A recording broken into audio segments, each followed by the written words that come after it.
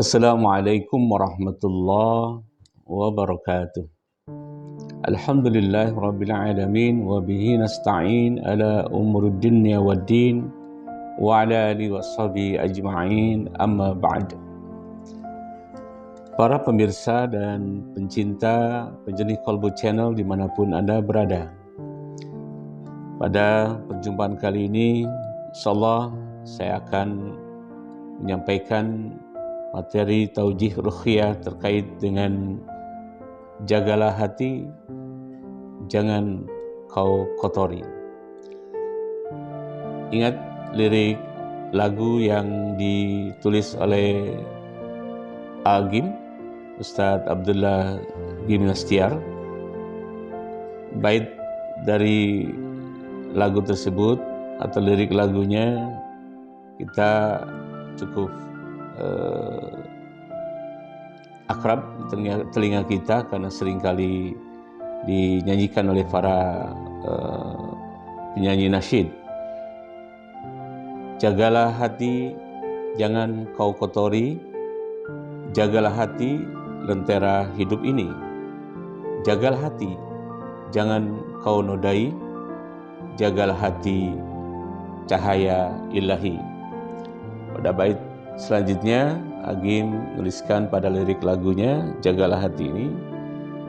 Dia mengatakan, bila hati kian bersih, pikiran pun akan jernih. Semangat hidup dan gigih, prestasi mudah diraih. Namun, bila hati keruh, batin selalu gemuruh, seakan dikejar musuh, dengan Allah kian jauh. Indah sekali lirik lagu karya Ustadz Abdullah Gimnastiar ini. Para pemirsa dan pencinta penjenih Kolbu Channel rahimakumullah, terkait dengan kolbu atau hati, kita tentunya masih ingat dengan salah satu sabda Rasulullah SAW, hadis riwayat Bukhari pada hadis nomor 52 dan hadis riwayat Muslim pada nomor hadis 1599. Rasulullah SAW bersabda, ala wa inna fil jasad mudghah idza salahat salahal jasadi kulluh wa idza fasadat fasadal jasadi kulluh ala wahyal qalbu. Yang artinya, ingatlah bahwa di dalam jasad itu ada segumpal daging. Jika baik segumpal daging itu, maka baiklah seluruh jasad itu.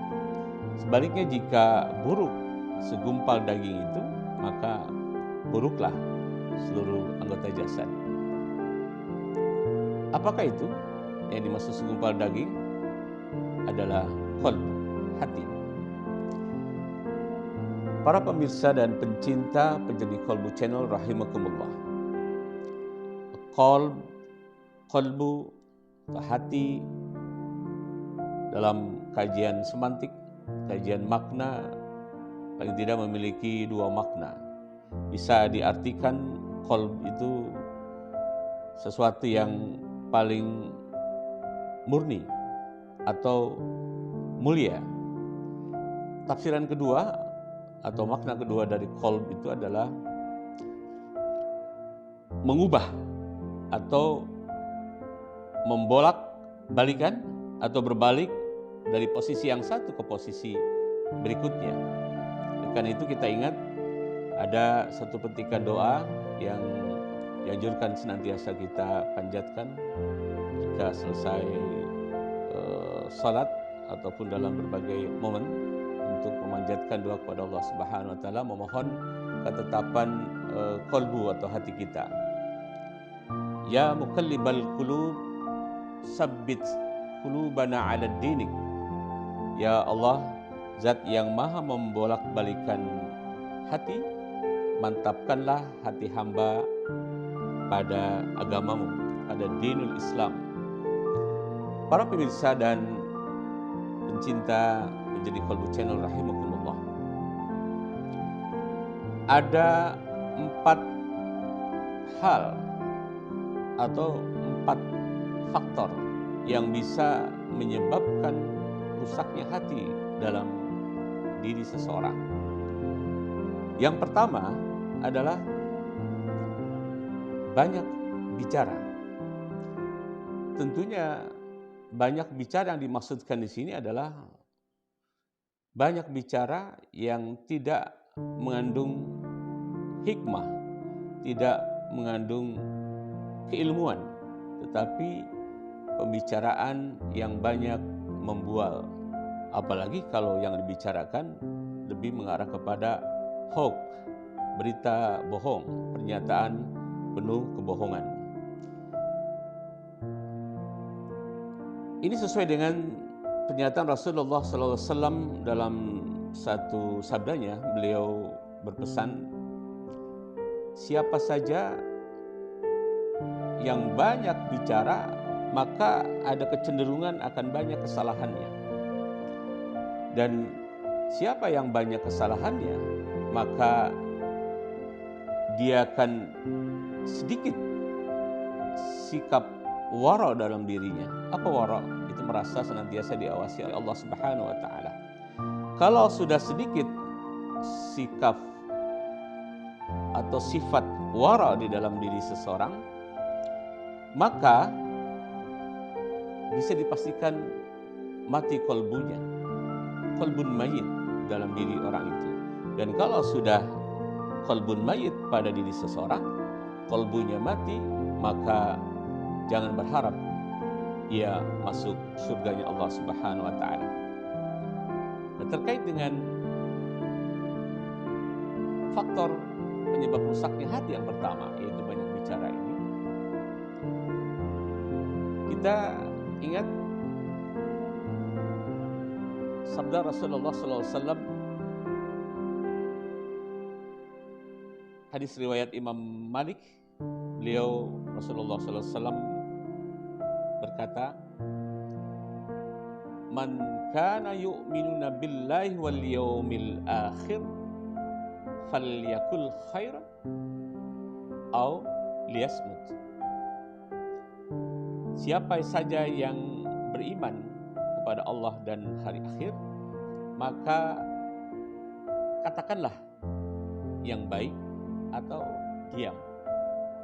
Jadi konteks berbicara yang bisa merusak hati tentunya adalah bukan berbicara yang mengandung keilmuan, bukan berbicara yang penuh hikmah, bukan berbicara yang banyak maslahatnya, bukan pembicaraan yang penuh isi ilmu pengetahuan, keilmuan, tetapi pembicaraan yang membual, pembicaraan kosong, ya, yang tidak memberikan manfaat apa-apa.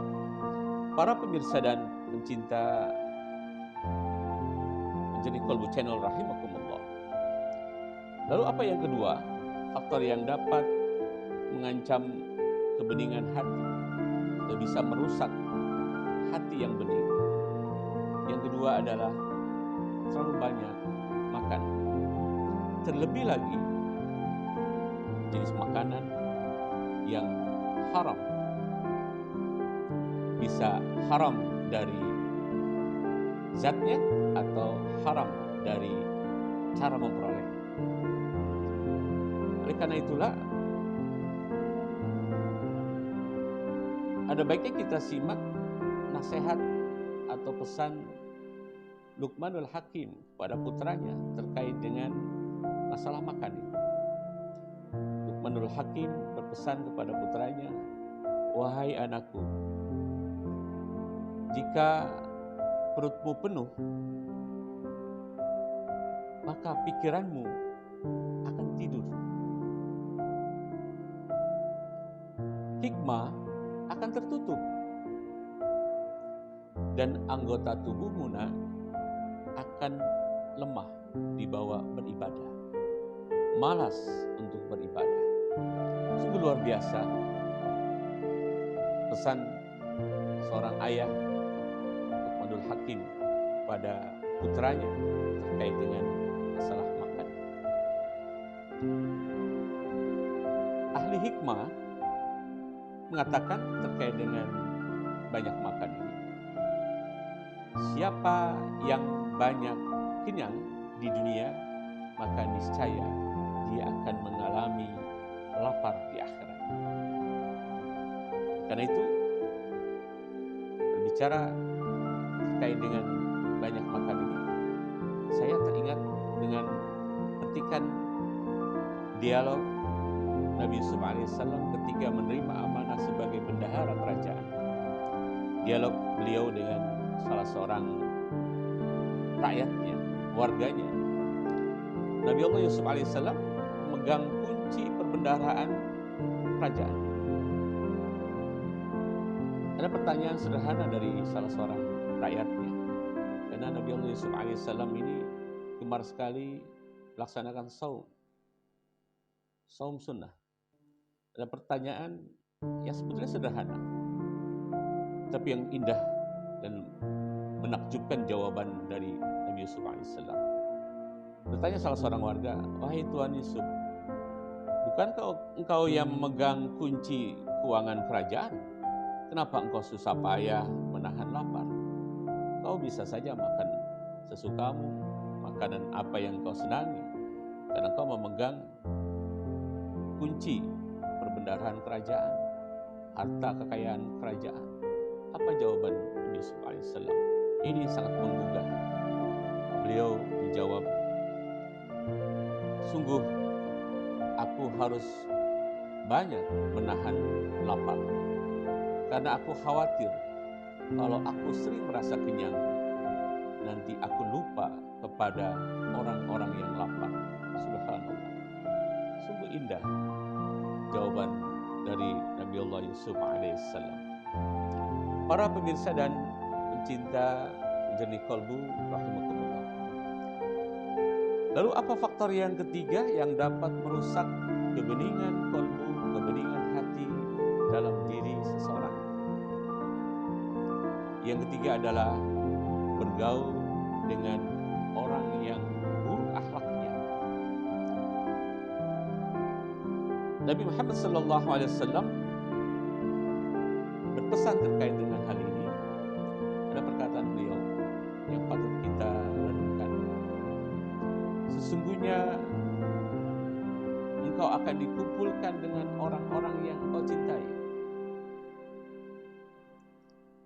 Jika yang kau cintai adalah orang-orang saleh, niscaya engkau akan dikumpulkan bersamanya di surganya Allah Subhanahu wa taala.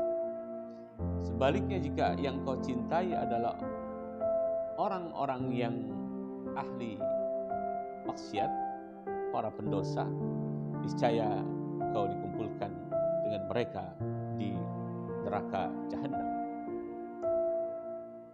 Para pemirsa dan pencinta penjernih kalbu channel rahimakumullah.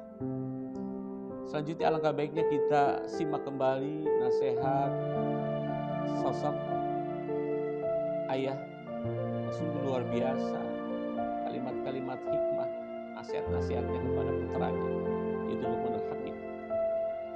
Beliau berpesan atau menasihati putranya dalam hal bergaul, mencari teman. Apa pernyataan beliau? Ini sungguh luar biasa dan harus kita jadikan sebagai bahan tarbiyah bagi anak-anak kita. Luqmanul Hakim menasihati putranya, wahai anakku, bergaulah engkau nak dengan orang-orang yang saleh, niscaya banyak kebaikan yang engkau peroleh. Paling tidak ketika di akhir pergaulanmu dengan orang-orang yang saleh, saat itu turunlah rahmat dari Allah Subhanahu wa taala, niscaya engkau akan mendapatkan rahmat dari Allah Subhanahu wa taala. Tapi nak, ingat, janganlah engkau bergaul dengan orang-orang yang buruk akhlaknya, karena tidak ada manfaat yang engkau peroleh, bahkan kemudaratan, keburukan yang engkau dapatkan. Paling tidak di akhir pergaulanmu dengan orang-orang yang buruk akhlaknya, Allah menimpakan ajab, maka engkau akan merasakan ajab dari Allah Subhanahu wa taala. Para pemirsa dan pencinta penjernih kalbu Channel rahimakumullah. Kemudian yang terakhir, yang keempat, faktor penyebab rusaknya qalbu, rusaknya hati dalam diri seorang, dan harus kita antisipasi jangan sampai ini terjadi pada diri kita, yaitu banyak memandang. Konteks banyak memandang di sini tentunya bukan memandang terkait dengan sesuatu yang objek pandang yang bermaslahat. Jika kita banyak intensitas memandang mushaf Al-Quran, buku-buku Islam, tentunya justru sebaliknya memberikan maslahat, memberikan manfaat, dan ada kemuliaan di sana. Tetapi faktor konsep memandang di sini adalah memandang pada sesuatu yang mengandung mudarat, memandang pada objek-objek yang bernilai negatif, sehingga memandang ternyata mempunyai pengaruh yang signifikan, pengaruh yang kuat terhadap rusaknya qalbu kita. Oleh karena itu, alangkah baiknya kita simak firman Allah Subhanahu wa taala dalam Al-Qur'an surah An-Nur, surah ke-24 ayat 30. Allah berfirman, a'udzubillahi minasyaitonirrajim, bismillahirrahmanirrahim. Kullil mu'minina yaghuddu min absarihim wa yahfadhu furujahum dzalika azka lahum innallaha khabirum bima yasna'un. Yang artinya, katakanlah kepada orang laki-laki yang beriman, hendaklah mereka menahan pandangannya dan memelihara kemaluannya. Yang demikian itu adalah lebih suci bagi mereka. Sesungguhnya Allah Maha mengetahui apa yang mereka perbuat. Demikianlah para pemirsa dan pencinta Menjadi Qalbu Channel rahimakumullah, terkait 4 hal yang harus kita antisipasi terhadap qalbu kita, 4 faktor yang dapat merusak kebeningan, kebersihan, atau dapat mengancam qalbun salim, dapat merusak hati yang bersih, hati yang suci yang ada dalam diri setiap hamba. Dan bagian akhir tentunya saya secara pribadi berharap semoga saya pribadi dan juga para pemirsa dan pencinta dari Penjeni Qalbu Channel dimanapun Anda berada, kita terhindar dari 4 kondisi di dalam diri yang bisa mengancam qalbu kita, yaitu banyak bicara, bukan bicara yang bermanfaat, tapi bicara yang mudarat, bukan bicara yang ilmuwan, tapi pembicaraan kosong atau hanya pembual. Hindarkan diri kita jangan sampai berlebihan dalam hal makan, karena makan yang berlebih tampaknya ini akan bisa merusak qalbu kita. Dan yang ketiga, bergaulah dengan orang-orang yang saleh, orang-orang yang berakhlakul karimah. Dan hati-hati, yang keempat, jaga pandangan kita, jangan sampai liar, jangan sampai salah dalam memandang. Ghadul basar, hindarikan pandangan. Insyaallah qalbun salim akan senantiasa ada di dalam hati kita. Sekian, semoga ada manfaatnya. Wallahul muwafiq ila aqwamit thoriq. Wassalamualaikum warahmatullahi wabarakatuh.